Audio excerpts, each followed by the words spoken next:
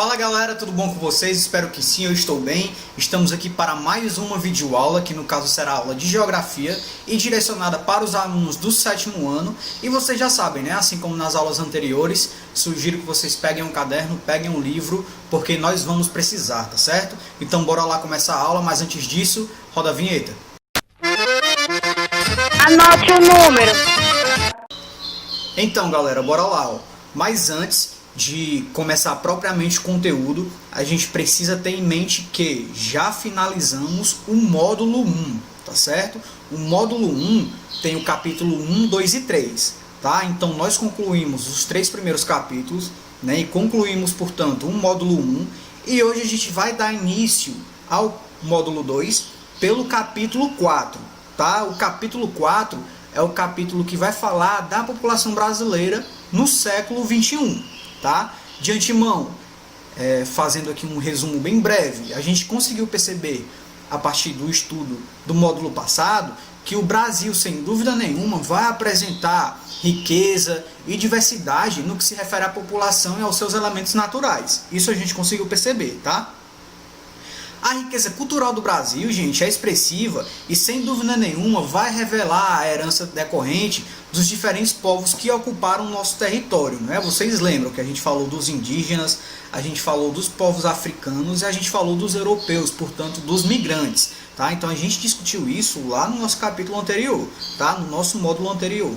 Então, ó, essa diversidade, ela vai ser decorrente da miscigenação que ocorreu entre os povos. Tá? Essa miscigenação, ela vai se materializar também a partir das desigualdades, tá? Então a gente conseguiu perceber isso também.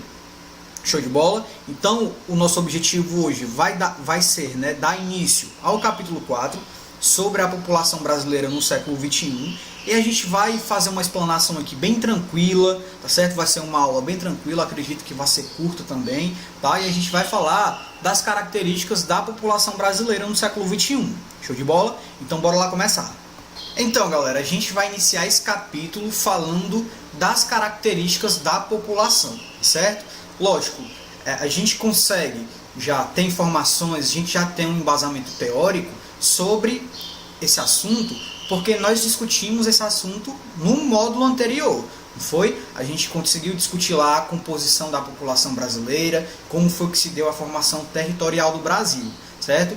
A gente sabe que a população brasileira é composta por diferentes etnias, né? Por diferentes grupos étnicos. Quando a gente estudou lá a população indígena que vivia aqui no Brasil, antes mesmo da chegada dos europeus, né? Dos portugueses lá em 1500, não é isso? A gente tem a inserção, né, desses europeus aqui no Brasil, e além disso, no contexto também ali da colonização, né, que necessitou de uma mão de obra externa, a gente teve os africanos que se inseriram no Brasil também com mão de obra escrava, tá? E nos posteriores momentos a gente viu também que a migração de europeus e de outros grupos étnicos se direcionaram ao Brasil, para o Brasil, em diferentes momentos também. Show de bola? Então, esse já é um assunto que a gente conseguiu discutir bem, e a gente já tem um embasamento teórico interessante para que a gente dê continuidade ao capítulo 4, certo? Portanto, ao estudo da população brasileira. Agora a gente vai discutir no século 21, tá? A gente percebe que no módulo anterior, no capítulo 1, 2 e 3, nós discutimos a população brasileira, trazendo, né, essa perspectiva histórica de formação da população brasileira, tá? Então hoje a gente vai dar início à população brasileira no século 21, na atualidade. Show de bola? Então, galera, de antemão, a gente não pode deixar de discutir, né, a formação da população brasileira, como é que a população brasileira ela se encontra no século 21, sem começar a discutir essa perspectiva histórica também, trazendo no primeiro momento a população nativa que já vivia aqui no Brasil antes da chegada dos colonizadores europeus, não é isso? A gente sabe que antes dos europeus chegarem no Brasil, já existiam diferentes grupos nativos, né, que foram inseridos em um mesmo grupo que a gente conhece como indígena. Então a gente imagina aí o impacto que essas atividades econômicas, né, que os europeus inseriram no contexto do Brasil, quando a gente fala, por exemplo, da exploração do pau-brasil, tá certo? Das plantações de cana-de-açúcar, tá? Da extração de minérios também, a gente consegue ter uma noção, de certa forma, do quanto esse impacto influenciou a estruturação da população brasileira atualmente e como influenciou as dinâmicas que eram inerentes à população nativa naquele período ali, show de bola? A gente sabe também que além da população indígena e os europeus, né, os portugueses, os holandeses, os espanhóis, que já estavam inseridos num contexto de colonização aqui no Brasil, a gente sabe que além deles, a gente teve a inserção de outros indivíduos também, quando a gente vai falar lá dos africanos, não é isso? Quando a mão de obra indígena ela deixou de ter grande relevância no contexto colonial, foi necessário uma inserção de uma mão de obra externa, não é? No caso, a mão de obra escrava africana, que veio lá, os africanos, lógico, da África, não é? E se inseriram aqui no Brasil como mão de obra escrava, trazidos pelos colonizadores, não é isso? Então a gente já sabe que esses três grupos étnicos, quando a gente fala de população indígena, quando a gente fala dos europeus e os africanos, vão ser a base da formação da população brasileira, tá certo? Então isso a gente já consegue ter em mente sim, já é um conhecimento que a gente tem, tá? A partir disso, vocês vão levantar o questionamento. Beleza, Wesley, nós já entendemos, né, a importância da população indígena, dos europeus, naquele primeiro momento da colonização, e dos africanos. Aí eu vou te perguntar, a migração no contexto do Brasil só aconteceu naquele período ali, e a gente sabe que isso de fato não aconteceu, não é, galera? A migração para o Brasil, ela não se restringiu só àquele período colonial ali, tá certo? Aquele primeiro momento da estruturação da população brasileira.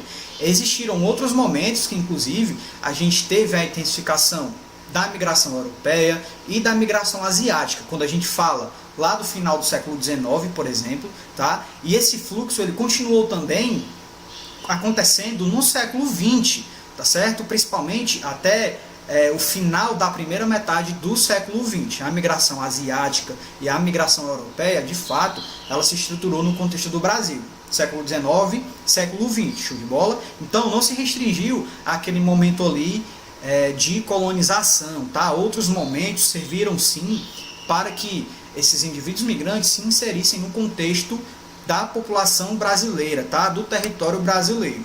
Show de bola? Inclusive, existiram políticas públicas que objetivavam o direcionamento de pessoas, o direcionamento de pessoas do exterior para o Brasil, né? Para servir como mão de obra, para ocupar o território, enfim. Tá? Então não se restringiu só ao momento da colonização, a gente consegue perceber isso.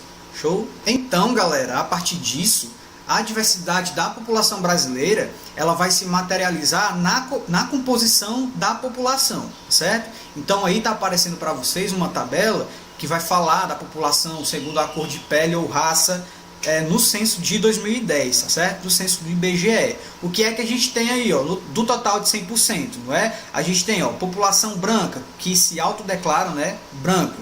A gente tem 47%. Preta, a gente tem 7%, amarela 1%, parda, a gente tem 43%, e população indígena a gente tem 0,43%, tá? Quando a gente fala desses dados aqui, a gente precisa ter em mente também que esses dados são coletados pelo IBGE, certo? Que a gente estudou lá nas nossas aulas anteriores também, que é o Instituto Brasileiro de Geografia e Estatística, que vai coletar os dados de forma geral, né, em múltiplas perspectivas, sobre a população brasileira, tá? Então, os dados coletados pelo IBGE sobre a população vão depender também da autodeclaração de cada pessoa, ou seja, a pessoa que vai se autodeclarar branca, vai se autodeclarar preta, indígena, tá? Com base nos parâmetros do IBGE, tá certo? Então, ela pode se declarar branca, parda, indígena, preta ou amarela, e ela se declara com base, né, nos critérios definidos pelo censo, certo? Quando a gente fala em censo, a gente precisa ter em mente também que é uma pesquisa feita pelo governo federal, né, a partir do IBGE, que acontece de 10 em 10 anos e vai buscar a participação de toda a população brasileira. E qual é o objetivo disso? O objetivo, galera, é identificar as suas principais características, né, além de contabilizar, tá, essa população brasileira. Show de bola? E lógico, galera, para conseguir materializar o que a gente viu nesse primeiro momento, né, para praticar, eu sugiro que a gente resolva uma atividadezinha, uma questãozinha no caso, tá? lá da página 440. A gente vai resolver a primeira questão aí, que é super simples, que a gente já sabe, tá? Então bora lá, ó. Primeira questão da página 440.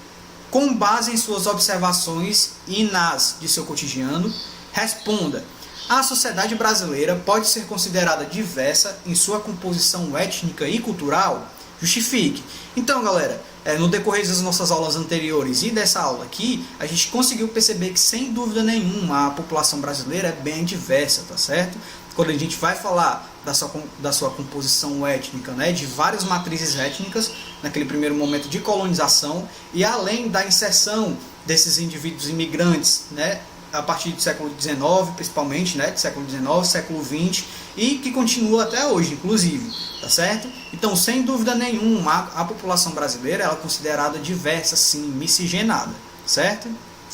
Então é isso, galera, a gente encerra a nossa aula por aqui. Como eu tinha falado no momento anterior, seria uma aula bem breve, né, bem tranquila.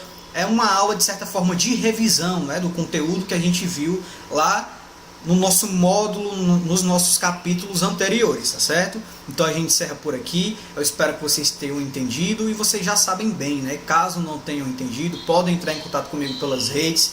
Se vocês não conseguirem, vocês podem entrar em contato com o WhatsApp da escola, e a gente tem também o Google Meet, a nossa ferramenta online, né? Que a gente pode tirar dúvidas e a gente pode ampliar a discussão também, tá? Então é isso, continue estudando e até a próxima.